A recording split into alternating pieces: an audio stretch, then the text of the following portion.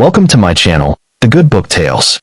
In today's story, we're stepping into one of the most mysterious and talked about lives in human history, the story of Jesus. You've probably heard his name 1,000 times, maybe in church, maybe in songs, or even in movies. But who was he really? Was he just a man, or something beyond what human eyes could see? Why did his words shake empires? And why do they still echo in hearts today, 2,000 years later? This is not just a story about religion. It's about questions every human being, at some point, asks. Questions about truth, love, pain, and purpose. Tonight, we're going to begin uncovering the answers hidden behind the name that changed the world, Jesus. Imagine walking through the dusty streets of ancient Judea. The air is dry, the sun burns golden, and people whisper about a carpenter's son from Nazareth who speaks with an authority no one can explain. Some say he heals the blind. Others say he's dangerous. The Roman soldiers watch him closely. The religious leaders whisper his name with unease. But the people follow him. They leave their homes, their jobs, even their families, just to hear him speak a few words. And those words, simple, soft, spoken without wealth or power, begin to shake the world. Who was this man who spoke of forgiveness in a world ruled by fear? Who touched the sick when no one else would? Who claimed to bring light into darkness? Every question you have about Jesus, who he was, what he taught, why he died, and what happened after, begins with this moment, on a quiet morning when a man stood before a crowd and said, "Follow me." But what did that mean? Follow him where? Into faith? Into sacrifice? Into the unknown? That's what we're here to explore. This isn't just a retelling of the Bible. It's a journey through the mystery, the history, and the human heart that surrounds the life of Jesus of Nazareth. We'll look beyond the words written on pages and into the emotions that shaped them, the fear of those who opposed him, the hope of those who believed, and the confusion of those who didn't know what to believe at all. As we begin this journey, imagine you're standing there among the crowd, the dust rising around your feet, the sound of waves breaking on the Sea of Galilee in the distance, and a man turning his gaze toward you. For a second, you feel like he knows you, not your name, but you. The silence hangs heavy. He's about to speak. But before he does, a voice from the crowd shouts his name, and everything changes. The crowd turns their heads toward the voice. A man pushes through, his eyes filled with both wonder and disbelief. "Jesus of Nazareth," he shouts again, louder this time. People step aside as he stumbles forward, his clothes worn, his face lined with the kind of pain that life carves deep into a person. No one knows his name, but everyone can feel his desperation. He falls to his knees before Jesus, dust rising around him like smoke. "If you can," the man pleads, his voice trembling, "heal my son." The air goes still. Even the wind seems to stop. You can hear the sound of waves far away, faint and rhythmic, like the heartbeat of something greater. Jesus doesn't move for a long moment. His eyes are calm, steady, almost searching. There's no crown, no robe, no symbol of power, just a quiet strength that draws people in. When he finally speaks, his words are soft, almost a whisper. "If I can," he repeats. "Everything is possible for the one who believes." Some in the crowd exchange glances. The Roman guards nearby shift uneasily. To them, belief is weakness, something that belongs to dreamers and fools. But to the people watching, these words strike something deeper. They feel like a challenge, like an invitation. The man on his knees nods, tears cutting through the dust on his cheeks. "I believe," he says, his voice breaking. "Help my unbelief." You can feel it, the weight of that moment. It's not just about one man's pain anymore. It's about every person standing there, about every question they've ever had. Who is this Jesus who speaks like that? How can a carpenter's son from a forgotten town make people believe in things they can't even see? Whispers spread again through the crowd. Some say he's a prophet, others say a teacher, and a few dare to think he might be something more. But for every voice that believes, there's another that doubts. In the distance, a figure watches from the shadows, one of the religious leaders sent to keep an eye on him. His eyes narrow, and he turns away before the crowd notices. Something is beginning here. Something that won't stay hidden for long. The people are hungry for hope.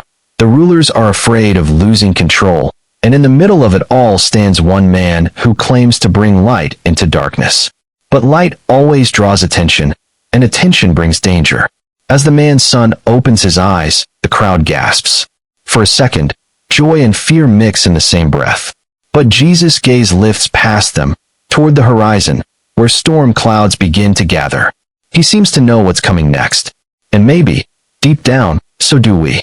That night, the city of Capernaum doesn't sleep. Word spreads fast, too fast. Some say Jesus healed with a single touch. Others whisper that he used forbidden power. In the quiet corners of the marketplace, people gather, their faces half lit by flickering lamps. The fishermen, the farmers, the beggars, they all tell different versions of the same story. But every telling ends the same way. He did what no man could do. The mystery of Jesus begins to grow, and so does the tension surrounding him. In one house near the edge of town, a Roman soldier listens through an open window. He's not supposed to care about such things, but something about the story stirs him. He remembers the faces of those he's ordered to punish, the weight of obedience pressing against the small voice inside him that still believes in mercy. Could this Jesus really be who people say he is, a man sent by God? Or is he just another troublemaker destined to be silenced? Meanwhile, in the temple courts, the elders argue late into the night. They speak in hushed, fearful tones. If he keeps this up, the people will follow him instead of us, one says. He questions everything, our laws, our authority. Another shakes his head. If he truly performs miracles, maybe we should listen. The room goes quiet, the air heavy with pride and doubt. None of them are ready to admit the truth. They're not afraid of what he might destroy. They're afraid of what he might reveal. And somewhere outside the city, Jesus walks alone by the sea. The moonlight reflects on the waves as he looks out toward the darkness ahead. The crowd sees miracles, but he sees something else, a storm coming, one that no one else is ready for. Days pass, and the name of Jesus spreads beyond Galilee. Everywhere he goes, the crowds grow larger. Some come for healing, some come for hope, and others come just to see if the rumors are true. But the tension is no longer hidden. The air feels charged, like a storm waiting to break. Every word he speaks is followed by murmurs, some filled with awe, others with anger. The people are divided, torn between faith and fear, between what they've always known and what they're starting to believe. In the middle of one gathering, a man shouts from the edge of the crowd, "If you're truly sent by God, prove it." The words cut through the air, sharp and mocking.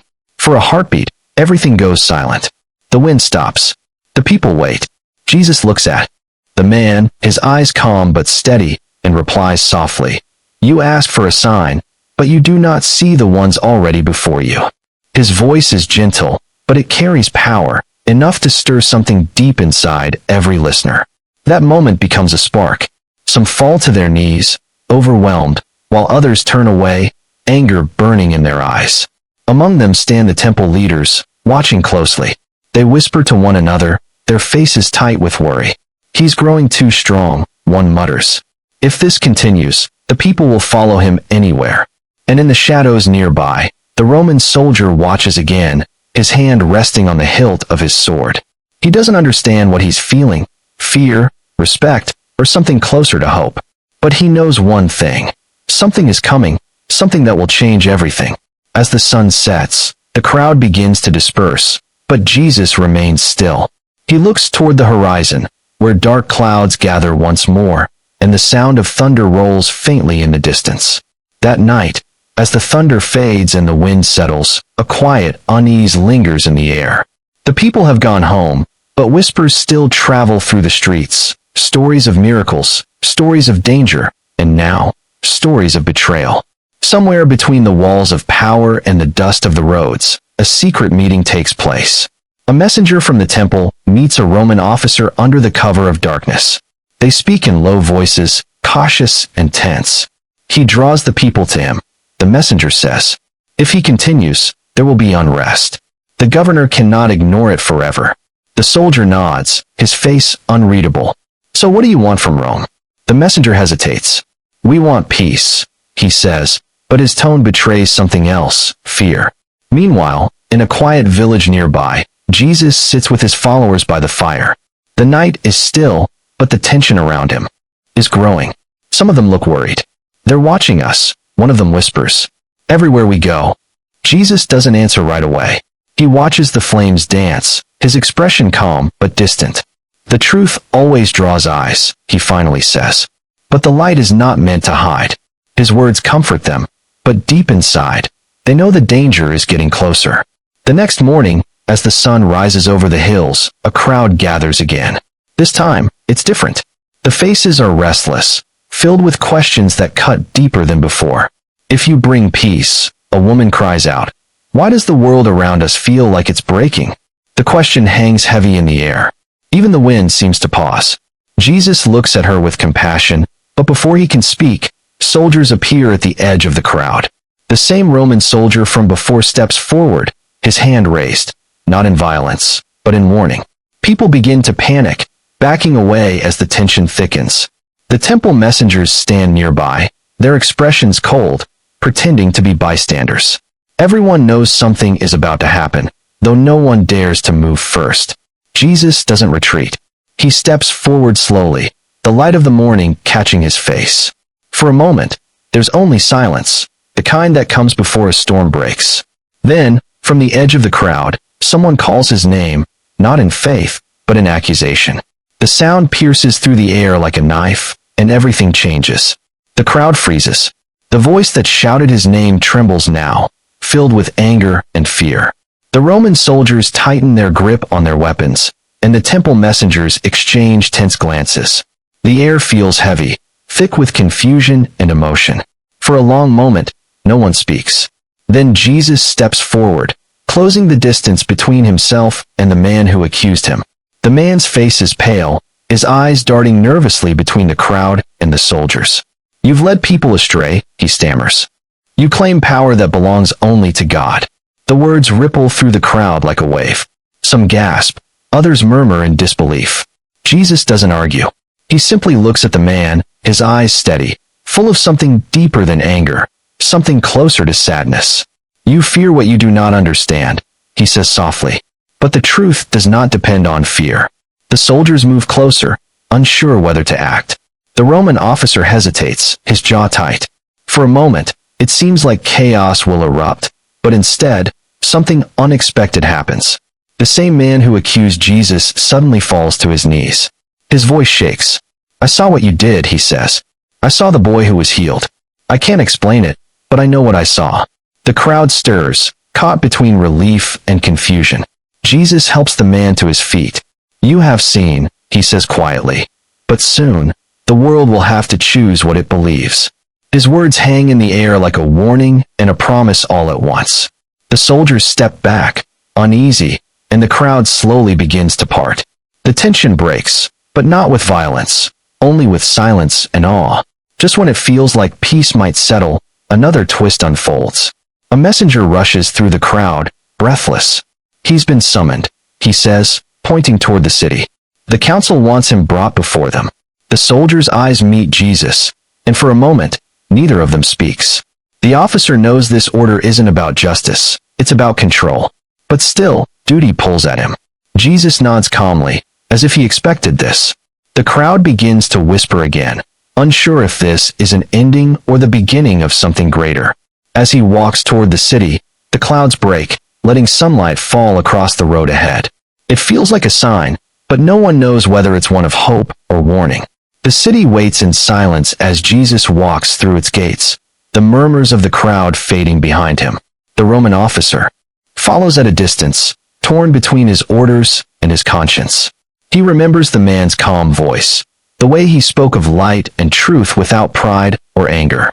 In his years as a soldier, he's seen fear, rebellion, and lies, but never peace like this. The temple leaders watch from their high steps, whispering among themselves. They expected resistance, chaos, maybe even defiance. Instead, they see a man who walks with quiet strength, as if he already knows the outcome. Inside the council chamber, the air is heavy with expectation. Questions are thrown at him. Who he is, why he speaks the way he does, why the people follow him. Each answer he gives is simple but disarming. "I speak what I know," he says, "and what I know is love." The words echo through the hall. Some frown, others look away. They cannot argue with him, yet they cannot understand him either. It isn't rebellion they fear, It's the truth that makes them see themselves. When the council disperses, the Roman officer walks him outside. The sun is setting, casting golden light over the city walls. For a moment, everything feels still. "Why don't you fight back?" the soldier finally asks. Jesus looks at him, a faint smile touching his face. "Because peace is stronger than power," he says. "You'll see it one day." Then he walks away, disappearing into the crowd. Days later, the city returns to its noise and routine, but something has changed. The soldier finds himself looking for meaning in small things, the kindness of strangers, the laughter of children, the quiet after prayer. The man who accused Jesus now helps the poor in the marketplace, no longer driven by fear, but by something he can't explain. People still tell stories about that day. Some say he was just a teacher, others believe he was more. But whatever they believe, no one forgets him. His words linger like light in the corners of memory, reminding everyone that truth doesn't always come with noise or power. Sometimes, it arrives softly, in the form of a man who chose peace over fear and love over everything else.